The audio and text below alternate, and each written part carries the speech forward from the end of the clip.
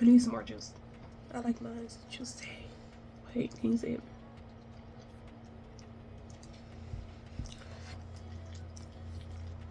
But these pinto beans and these Great Northern beans mixed together is so good.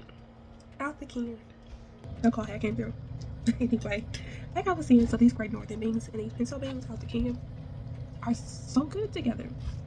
I had a whole pack of beans out, ready to clean them, pick them, soak them, and cook them.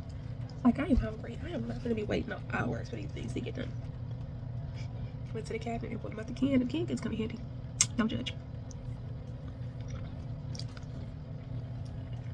But add a little flavor to it. Rinse them.